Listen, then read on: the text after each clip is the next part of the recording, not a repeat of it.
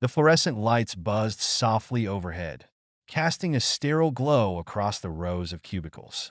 It was past 7, and most of my coworkers had already left for the day, their chairs pushed in neatly, their desks cleared of clutter. I sat alone at mine, staring blankly at the spreadsheet on my laptop screen. My fingers hovered over the keyboard, but no words came. The numbers blurred together, meaningless symbols swimming in front of me as my mind wandered elsewhere. Work had always been an escape, a place where I could bury myself in tasks and deadlines, avoiding the gnawing sense of dissatisfaction that followed me home each night. But lately, even that refuge felt hollow. Maybe it was the weight of another birthday passing without anything significant changing in my life.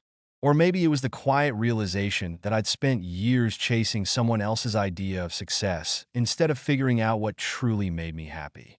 Whatever it was, it lingered like a shadow, heavy and unshakable, that I sighed and leaned back in my chair, rubbing my temples. That's when I heard his voice, low, smooth, and unmistakably commanding. "Still here?" My heart skipped a beat before I turned to see him standing there. Alexander Kane, the CEO of the company, looked every bit as imposing as he did in the photos plastered across business magazines. He wore a tailored navy suit that fit him like a second skin, its crisp lines accentuating his broad shoulders and lean frame. His dark hair was perfectly styled, though a few strands fell rebelliously across his forehead, giving him an almost boyish charm. But it was his eyes that caught me off guard, the way they seemed to pierce through everything, seeing far more than anyone else cared to notice. "Yeah," I replied, trying to sound casual despite the sudden tightness in my chest. "Just finishing up some reports." He nodded slowly, his gaze lingering on me just long enough to make me uncomfortable, and yet not entirely unpleasantly so. "You've been working late a lot lately," he said, his tone thoughtful. "Everything okay?" The question caught me off guard. No one asked about my well-being anymore. Not really. Not since my parents stopped calling every week. Not since my friends grew tired of hearing me say I was fine when I clearly wasn't. And certainly not from someone like Alexander, who lived in a world so far removed from mine that it might as well have been another planet. Still, something about the way he asked made me believe he genuinely wanted to know. "I'm fine," I said automatically, forcing a smile. "Just trying to stay ahead of things." He didn't respond right away, and for a moment, we simply stood there, the silence between us charged with an energy I couldn't quite name. Finally, he broke it with a soft chuckle. "Well, don't work yourself too hard. Even machines need rest." His words were light, almost teasing, but there was an undercurrent to them, a flicker of concern, or perhaps curiosity, that stayed with me long after he walked away. I watched him retreat down the hallway, his footsteps echoing faintly against the polished floor. When he disappeared into his office, I exhaled a breath I hadn't realized I'd been holding. That IT wasn't the first time Alexander had noticed me. Over the past few months, our paths had crossed more often than usual, at meetings, in the elevator, once even in the break room when I was grabbing coffee. Each encounter left me feeling unsettled in ways I couldn't explain.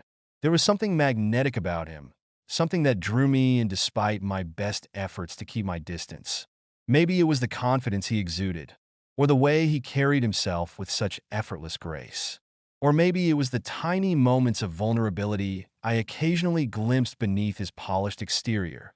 The brief flash of exhaustion in his eyes during a late-night strategy session, or the way his voice softened when he talked about his younger sister. Whatever it was, it unnerved me. Because along with the attraction came a flood of questions I wasn't ready to face. What did it mean to feel this pull toward someone like him? Someone who existed in a sphere of power and privilege I could barely comprehend? Someone who likely wouldn't give me a second thought outside of these fleeting interactions? And yet, here I was, still sitting at my desk hours after everyone else had gone home, replaying our conversation in my head and wondering if I'd imagined the subtle shift in his tone when he'd asked if I was okay.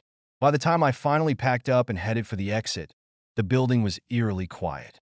The hum of computers and printers had faded, replaced by the faint creak of the air conditioning system. As I passed Alexander's office, I hesitated, glancing inside. The door was slightly ajar, and through the gap, I could see him seated behind his desk, his head bent over a stack of papers. A soft glow from his desk lamp illuminated his features, highlighting the sharp angles of his jawline and the faint stubble along his chin. For reasons I couldn't articulate, I found myself lingering there, watching him. In that moment, he looked less like the untouchable billionaire CEO and more like a man carrying the weight of the world on his shoulders. It was a side of him I doubted many people ever saw, and for reasons I didn't fully understand, it made my chest ache. Reluctantly, I tore my gaze away and continued toward the elevator. By the time I stepped outside, the cool night air hit me like a shock, snapping me out of my thoughts. The city stretched out before me, its skyline glittering with promise and possibility. But as I walked to my car, one thought kept circling in my mind. Why did Alexander Kane care whether I was okay? And why did I care so much about the answer? The next morning, I arrived at the office early, hoping to get a head start on the day's tasks before the usual chaos descended.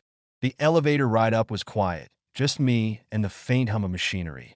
When the doors slid open on my floor, I stepped out and nearly collided with Alexander. He was standing right there, coffee cup in hand, looking as though he'd been waiting for the elevator himself. His eyes widened slightly in surprise, and for a moment, neither of us moved. Then he smiled, a small, almost imperceptible curve of his lips that somehow managed to feel both warm and guarded at the same time. "Good morning," he said, his voice smooth and steady. "You're here early." "Yeah," I replied, shifting uncomfortably under his gaze. "Trying to beat the rush." He nodded, taking a sip of his coffee. "Smart move. This place gets hectic once everyone shows up." There was a pause, and then he added almost casually, "You left pretty late last night. Did you manage to finish those reports?" The question caught me off guard again. It wasn't unusual for a CEO to check in on employees' progress, but something about the way he phrased it, his tone soft, almost intimate, made it feel less like a professional inquiry and more like genuine interest. "I did," I said quickly, clutching my bag tighter to my chest. "They're all submitted now." "Good." He glanced down the hallway toward my desk, then back at me. "Listen, I wanted to talk to you about something. Do you have a minute?" My stomach flipped. "Talk to me? About what?" My mind raced through possibilities, none of them particularly comforting. Had I made a mistake in one of the reports? Was this about my performance? Or worse, had someone noticed how flustered I got around him and decided to say something? Sure, I managed to choke out, following him into his office. The space was exactly as I'd imagined it. Sleek, minimalist, with floor-to-ceiling windows that offered a breathtaking view of the city skyline. A large mahogany desk dominated the room, its surface immaculately organized save for a single framed photo turned slightly away from view. I wondered who was in the picture, but didn't dare ask. Alexander gestured for me to sit in one of the chairs opposite his desk, then settled into his own seat. For a moment, he simply looked at me, his expression unreadable. Finally, he leaned forward, resting his elbows on the desk. "I've been reviewing some of the recent projects," he began, his voice measured. "And I wanted to commend you on your work. You've been doing an excellent job, especially considering the tight deadlines we've had lately." Relief washed over me, followed immediately by confusion. Praise from Alexander Kane? That wasn't something I'd ever expected. "Thank you." I murmured, unsure of what else to say. He tilted his head slightly, studying me with those piercing eyes. "But I also wanted to ask if everything's really okay. You seemed distracted recently. Not that it's affecting your performance," he added quickly, "but I'd be lying if I said I hadn't noticed." His words hung in the air between us, heavy with unspoken meaning. Part of me wanted to brush it off, to tell him I was fine and leave it at that. But another part, the part that had spent years burying my feelings and pretending everything was okay, felt a strange urge to confide in him. Maybe it was the sincerity in his voice, or the fact that no one had asked me that question in so long. Whatever it was, I found myself hesitating. "It's nothing major," I said finally, choosing my words carefully. "Just life stuff, you know? Sometimes it feels like I'm stuck in this endless cycle of work and obligations, and I don't know how to break free." As soon as the words left my mouth, I regretted them. They sounded pathetic, whiny even. Who was I to complain about my problems to someone like him? someone who probably had assistants to handle every minor inconvenience in his life. To my surprise, Alexander didn't dismiss me. Instead, he nodded slowly, his expression thoughtful. "I know the feeling," he said quietly. "More than you might think." His admission took me aback. Somehow, I'd always assumed people like Alexander were immune to doubt and uncertainty. Seeing him acknowledge his own struggles felt oddly comforting and terrifying all at once. Before I could respond, his phone buzzed on the desk, breaking the spell. He glanced at it briefly, then sighed. "I'm sorry, I have a call in 5 minutes." But he hesitated, his gaze locking onto mine. "If you ever want to talk, not as your boss, but just as someone who understands, I'm here." The offer lingered in the air, unexpected and loaded with implications I wasn't ready to unpack. I nodded mutely, standing up and mumbling something about getting back to work. As I left his office, I couldn't shake the feeling that something had shifted between us, something subtle yet undeniable. Over the next few days, I tried to convince myself that the encounter meant nothing. It was just a conversation, I told myself.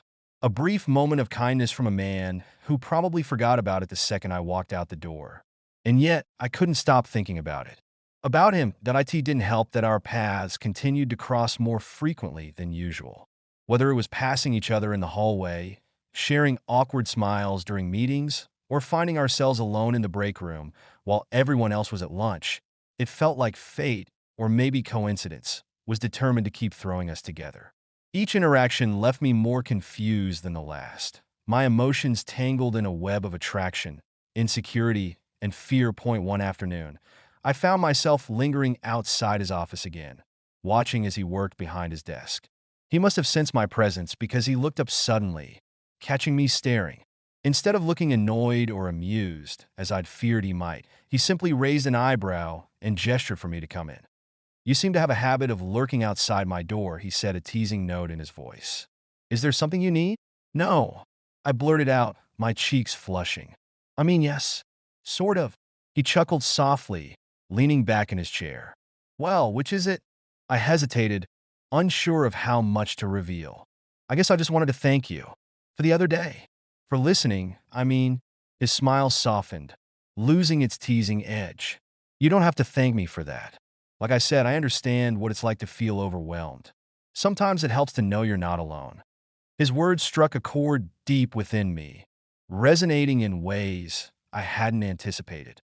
In that moment, I realized how isolated I'd been, not just from others, but from myself. All these years, I convinced myself that keeping my distance was safer, easier. But now, standing there in front of Alexander, I wondered if maybe I'd been wrong. Still, doubts lingered. What did he see in me? Why did he care? And most importantly, what would happen if I let myself believe, even for a second, that this connection between us was real? The days turned into weeks, and our interactions became less formal, more natural. It started with small things, Alexander stopping by my desk to ask how a project was going, or me lingering in his office longer than necessary after delivering reports. At first, I told myself it was harmless, just two colleagues building a rapport. But the truth was harder to ignore. Every conversation left me craving the next point. One evening, as the sun dipped below the horizon and painted the sky in hues of orange and purple, I found myself working late again. The office was quiet, save for the faint hum of the air conditioning and the rhythmic tapping of my keyboard. I didn't hear him approach until his shadow fell across my desk. "You're here again," Alexander said, his tone teasing but tinged with concern. He held 2 cups of coffee, one extended toward me. "I thought you might need this." I looked up, startled, and took the cup gratefully. "Thanks." I didn't realize how late it had gotten. He leaned against the edge of my desk, sipping his own coffee. His suit jacket was draped over one arm, his sleeves rolled up to reveal strong forearms dusted with dark hair. For once, he wasn't perfectly put together, and it made him seem more human, more approachable. "You know," he said after a moment, "you don't have to burn yourself out for this job. You're already doing great work." His words were simple, but they hit me harder than any compliment ever had. No one, not even my closest friends, had acknowledged my efforts so genuinely. I felt a lump rise in my throat and quickly looked down at my screen, pretending to focus on something important. It's not just about the job, I admitted softly, surprising myself. Sometimes it's easier to stay busy than to think too much. He didn't respond right away, and when I glanced up, I saw him studying me intently. There was no judgment in his gaze, only understanding. I get that, he said finally, but running from your thoughts doesn't make them go away.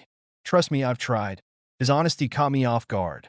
In that moment, I realized how little I actually knew about him beyond the polished exterior. Was he lonely too? Did he carry burdens he never let anyone see?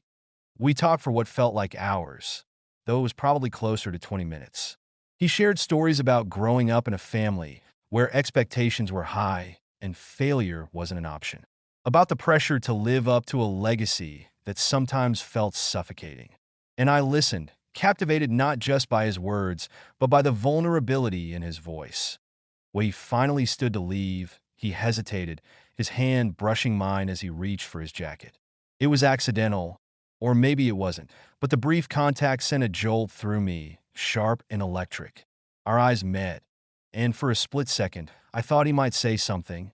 Instead, he smiled softly and walked away, leaving me breathless and confused. The next day, he invited me to join him for lunch. Not in the cafeteria, surrounded by curious glances and whispered gossip, but outside the office entirely. We went to a small cafe, tucked away in a quiet corner of the city, its walls lined with bookshelves and its tables scattered with mismatched chairs. The atmosphere was cozy, intimate, and completely unlike anything I'd expected from him. Yes, we sat across from each other, sharing plates of food and trading stories. I began to see a side of Alexander the First hadn't known existed. He laughed easily, his deep chuckle sending warmth spreading through my chest.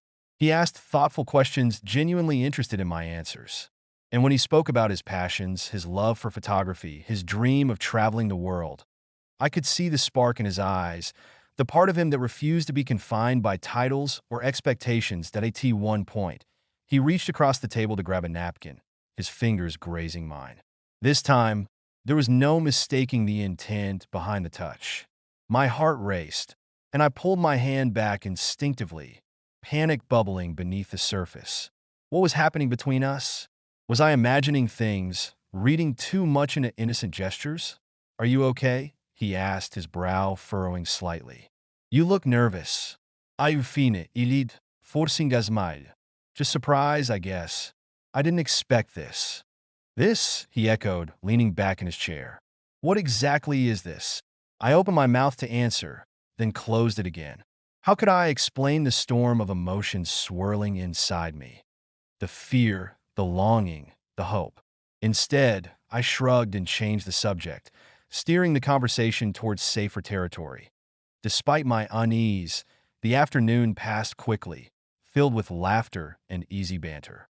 By the time we returned to the office, I felt lighter somehow, as if a weight I hadn't realized I was carrying had been lifted. Over the following weeks, our connection deepened. Late-night conversations became a regular occurrence, often spilling into early mornings. We discovered shared interests, books we both loved, movies that had stayed with us long after the credits rolled. He introduced me to jazz music, playing tracks on his phone and explaining the nuances of improvisation.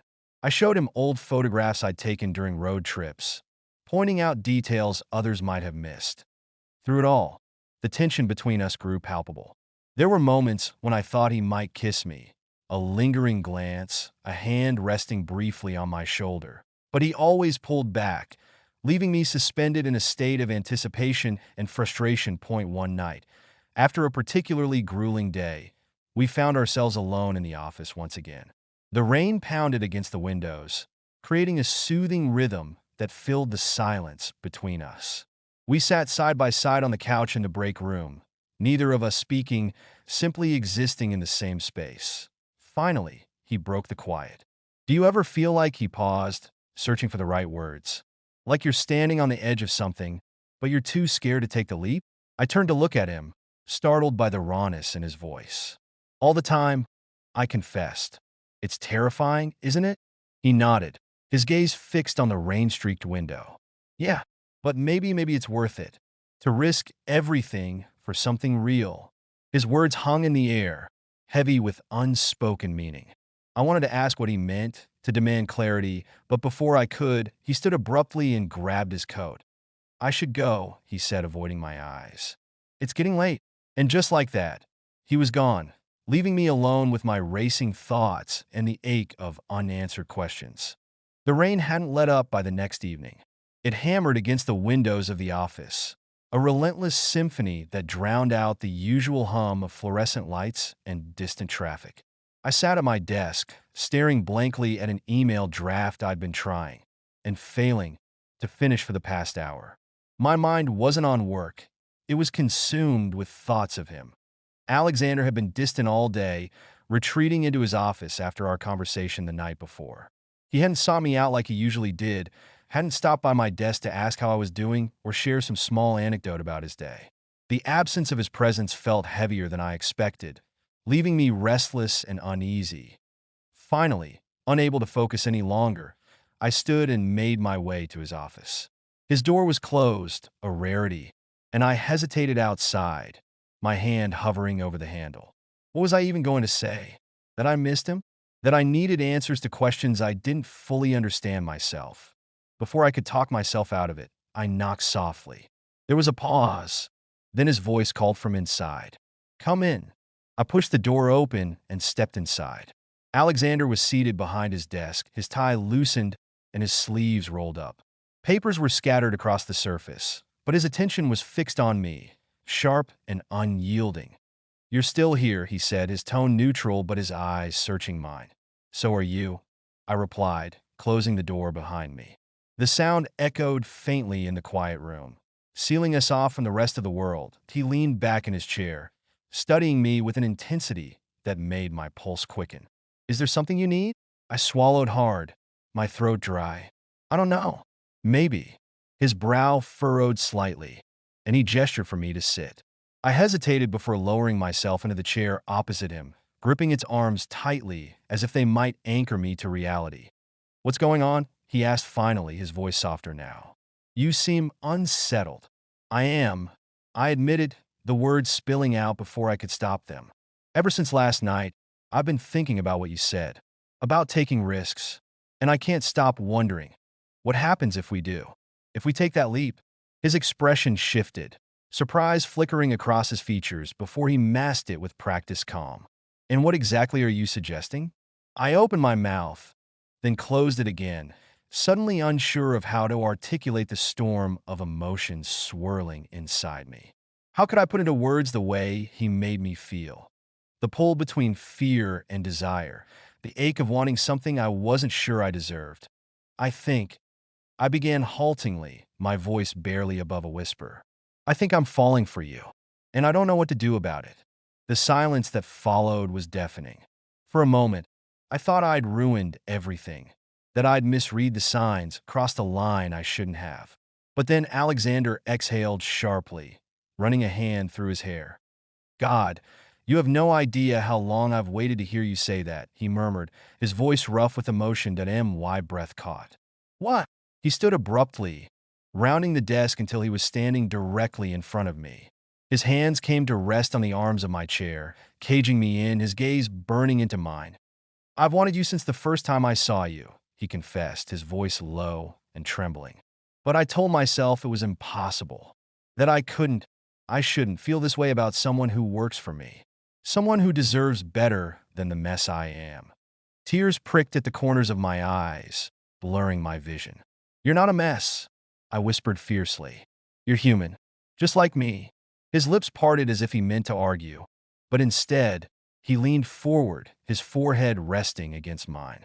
His breath was warm, mingling with mine, and I could feel the rapid beat of his heart mirrored in my own chest. Tell me to stop, he breathed, his voice barely audible over the rain pounding against the windows. If you don't want this, if you're not ready, I'll walk away right now. But I didn't want him to stop, not when every fiber of my being was screaming for him to stay. Slowly, hesitantly, I reached up to cup his face in my hands, feeling the stubble beneath my fingertips. I don't want you to stop, I whispered, my voice breaking. I want you. That was all the permission he needed. In one fluid motion, he closed the distance between us, his lips crashing against mine with a desperation that left me breathless. The kiss was electric, charged with weeks of pent-up longing and unspoken words.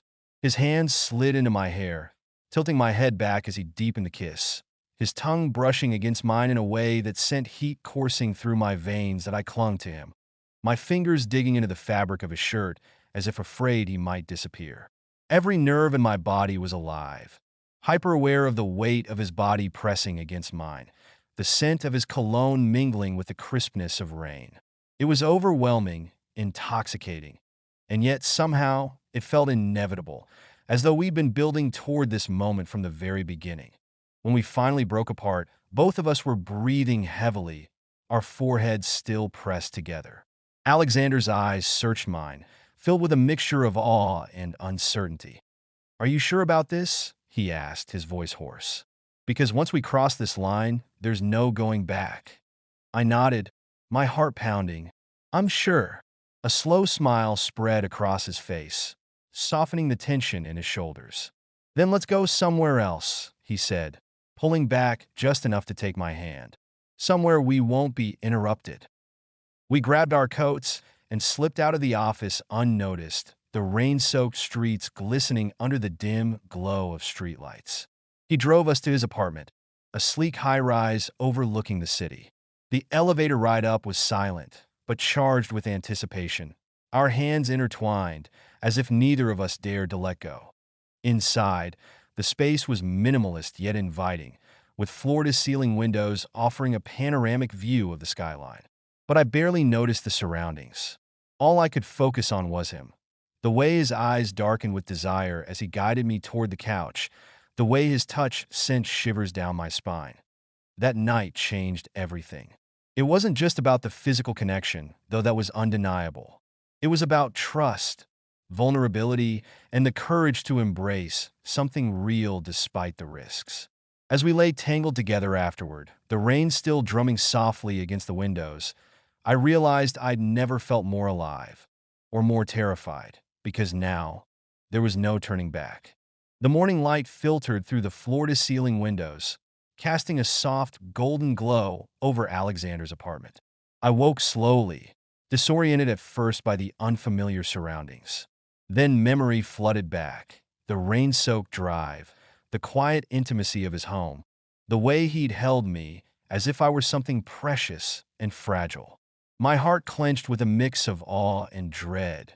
Alexander was already awake, sitting on the edge of the bed with his back to me. He wore only a pair of sweatpants, the muscles in his shoulders taut as he stared out the window. The sight of him, so exposed, so human, made my chest ache. For all his confidence and control, there was a vulnerability in him that mirrored my own. "Hey," I said softly, my voice rough from sleep. He turned, startled, then relaxed when he saw me. "Morning." His smile was tentative, almost shy, which was so unlike the composio I'd come to know. It made him seem younger, more approachable. That I sat up, pulling the sheet around me like a shield. "What are you thinking about?" His gaze dropped to his hands, which were clasped tightly together. "Us," he admitted after a moment. "What happens now?" The question hung between us, heavy and unspoken. Last night had been perfect, a fleeting escape from reality, but now the weight of consequences pressed down on us. We weren't just two people who had fallen into each other's arms. We were employer and employee, bound by professional obligations and societal expectations. And while I wanted nothing more than to believe we could make this work, fear gnawed at the edges of my mind. "What do we tell people?" I asked finally, voicing the thought that had been haunting me since I woke. "At work, I mean. Someone's going to notice." Alexander sighed, running a hand through his hair. "We don't have to tell anyone right away. Let's take some time to figure things out before we decide what to say, or whether we say anything at all." His words should have reassured me, but they only deepened my unease. Keeping our relationship secret felt wrong, dishonest even. Yet the alternative, facing judgment, gossip, or worse, seemed equally daunting. I nodded anyway, unwilling to ruin the fragile peace between us. Back at the office, everything felt different. The familiar hum of activity carried an undercurrent of tension, as though the building itself knew something had shifted. Colleagues greeted me with polite smiles, their eyes lingering just a fraction too long. Had they noticed? Or was I imagining it? Alexander acted as though nothing had changed, treating me with the same professional courtesy he extended to everyone else. But there were moments, brief, stolen glances across the room, a brush of his fingers against mine when no one was looking, that reminded me of the connection we shared. Those moments kept me grounded, even as doubt crept in that IT wasn't long before the whispers started. At first, they were subtle, a raised eyebrow here, a knowing smirk there. Then came the rumors, vague insinuations about favoritism, about late nights spent working too closely together. I tried to ignore them, focusing instead on my tasks, but the constant scrutiny wore me down. One afternoon, as I stood at the coffee machine, I overheard two coworkers talking in hushed tones. "I'm telling you, it's weird," one of them said. "They're always together. You think there's something going on?" The other laughed dismissively. "Please, like someone like him would ever be interested in someone like that." Their words hit me like a punch to the gut. I froze, clutching the edge of the counter as heat rose to my cheeks. Someone like him. Someone like me. The implication stung. Not because I believed it, but because part of me feared it might be true. When Alexander found me later, sitting alone in the break room with my head in my hands, he didn't ask what was wrong. Instead, he simply sat beside me, his presence a quiet comfort. "You don't have to listen to them," he said gently, his voice low enough that only I could hear. "Their opinions don't matter." "But they do," I countered, lifting my head to meet his gaze. "Because if we can't even handle a few rumors, how are we supposed to deal with anything bigger? What happens when your family finds out? Or the board?" His jaw tightened, and for a moment, I thought he might argue. Instead, he reached out, taking my hand in his. "We'll cross those bridges when we get to them," he said firmly. "For now, all that matters is us." Okay, I wanted to believe him, to trust that love could conquer anything. But the doubts lingered, festering like an open wound.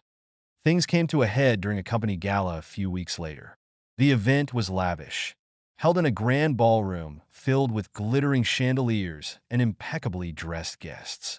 Alexander had insisted I attend, though I suspected it was less about wanting my company and more about maintaining appearances that as the evening wore on. I found myself increasingly uncomfortable. Every glance, every whispered comment, felt like a dagger aimed directly at me. When Alexander introduced me to his sister, a poised, elegant woman who looked every bit the part of a billionaire's sibling, I braced myself for judgment. To my surprise, she smiled warmly, engaging me in conversation as though I were any other guest. But the reprieve was short-lived. Later, as we stood near the bar, a senior executive approached us, his expression smug. "Enjoying yourselves?" he asked, his tone dripping with insincerity. Before either of us could respond, he added, "You two seem awfully close these days. Any particular reason?" Alexander stiffened beside me, his grip on his glass tightening. "Just fostering a good working relationship," he replied coolly, his voice laced with warning. The man chuckled, clearly unconvinced. "Well, let's hope it stays professional. Wouldn't want any complications." The thinly veiled threat sent a chill down my spine. As the man walked away, Alexander turned to me, his expression grim. "This isn't going to stop," he said quietly. "Not unless we address it head on." "And how do we do that?" I asked, my voice trembling. "By coming out to everyone? By risking everything we've built?" His silence was answer enough. That night, as we drove back to his apartment in tense silence, I couldn't shake the feeling that we were standing on the precipice of something irreversible. Love wasn't supposed to feel this hard, was it? Wasn't it supposed to be freeing, joyful? When we arrived, Alexander pulled me into his arms, holding me as though afraid I might slip away. "I don't know what happens next," he admitted, his voice barely audible. "But I do know one thing. I'm not letting you go without a fight." Tears welled in my eyes, spilling over despite my best efforts to hold them back. Because as much as I wanted to believe him, as much as I loved him, I couldn't shake the fear that maybe, just maybe, we were fighting a losing battle. The days that followed felt like walking a tightrope. Every interaction with Alexander was tinged with an unspoken tension, as if we were both waiting for the other shoe to drop. The whispers at work hadn't stopped. They never would, but they'd grown louder, more pointed. It wasn't just idle gossip anymore. It was speculation about promotions, favoritism, and what this might mean for the company's image that I tried to focus on my work, burying myself in spreadsheets and reports, but the weight of it all pressed down on me. I couldn't sleep, couldn't eat. My reflection in the mirror looked foreign, hollow-eyed and pale, like someone who had lost pieces of themselves along the way. One evening, after another grueling day, I found myself sitting alone in my apartment, staring blankly at the wall. My phone buzzed incessantly with texts from friends checking in, but I ignored them. What could I say? That I was falling apart? That I didn't know how much longer I could keep pretending everything was fine? Then Alexander called. His name flashed across the screen, and for a moment I debated letting it go to voicemail. But something in me, a flicker of hope, maybe, made me answer. "Hey," he said softly, his voice heavy with concern. "How are you holding up?" "I'm okay." I lied automatically, though the crack in my voice betrayed me. There was a long pause before he spoke again. "You don't sound okay." Tears welled in my eyes, and I squeezed them shut, willing myself not to cry. "I don't know what to do anymore," I admitted finally, my voice breaking. "Every day feels like a battle, and I'm so tired of fighting." He sighed, and I could hear the frustration in his tone, not directed at me, but at the situation. "Me too," he confessed. "But running away won't fix anything. Trust me, I've thought about it. About stepping back, disappearing. But then where does that leave us? Where does it leave you?" His words struck a chord deep within me. Running had always been my default, my way of coping when life became too overwhelming. But now, faced with the possibility of losing him, or worse, losing myself, I realized I couldn't keep doing that. Not this time. "What do you want?" I asked quietly, the question hanging between us like a lifeline. "Not for the company, or your reputation, or anyone else. Just what do you want?" For a moment, there was only silence. Then he exhaled sharply, his voice steady but raw with emotion. "I want you. No matter what happens, no matter who tries to tear us apart, I want you. And I think it's time we stop letting fear dictate our lives." His words sent a shiver through me, igniting a spark of determination I hadn't felt in weeks. He was right. We couldn't keep hiding, tiptoeing around everyone else's expectations while sacrificing our own happiness.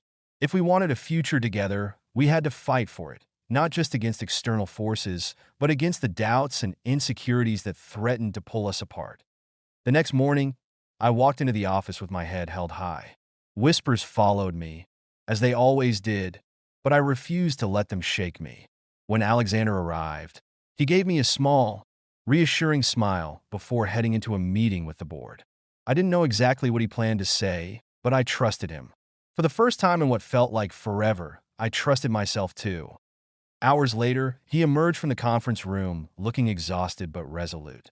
Without a word, he motioned for me to follow him into his office.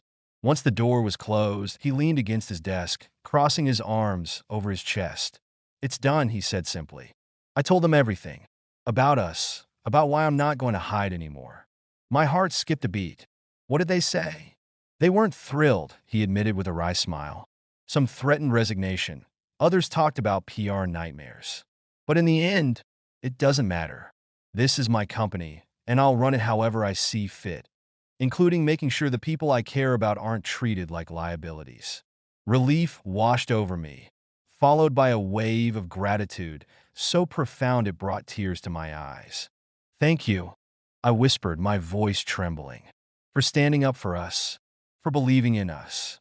He stepped forward, pulling me into his arms. "Always," he murmured, pressing a kiss to my forehead.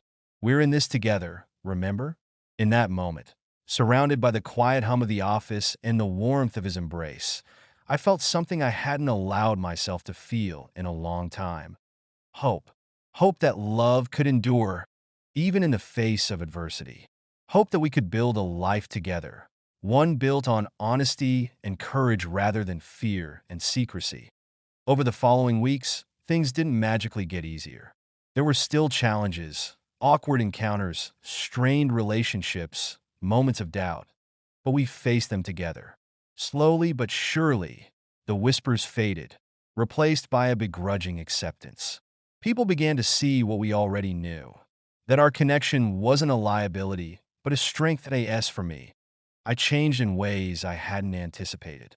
I learned to stand my ground, to prioritize my happiness without apology. I discovered a resilience I didn't know I possessed, a willingness to fight for what mattered most. And perhaps most importantly, I realized that love isn't about perfection. It's about choosing each other, flaws and all, every single day. Months later, as we stood on the balcony of his apartment watching the city lights twinkle below, Alexander turned to me with a soft smile. "Do you regret it?" he asked, his voice barely audible over the distant hum of traffic. That I shook my head, leaning into him. "Not for a second." And as he kissed me under the stars, I knew we'd made the right choice. Love wasn't easy, but it was worth it. Always.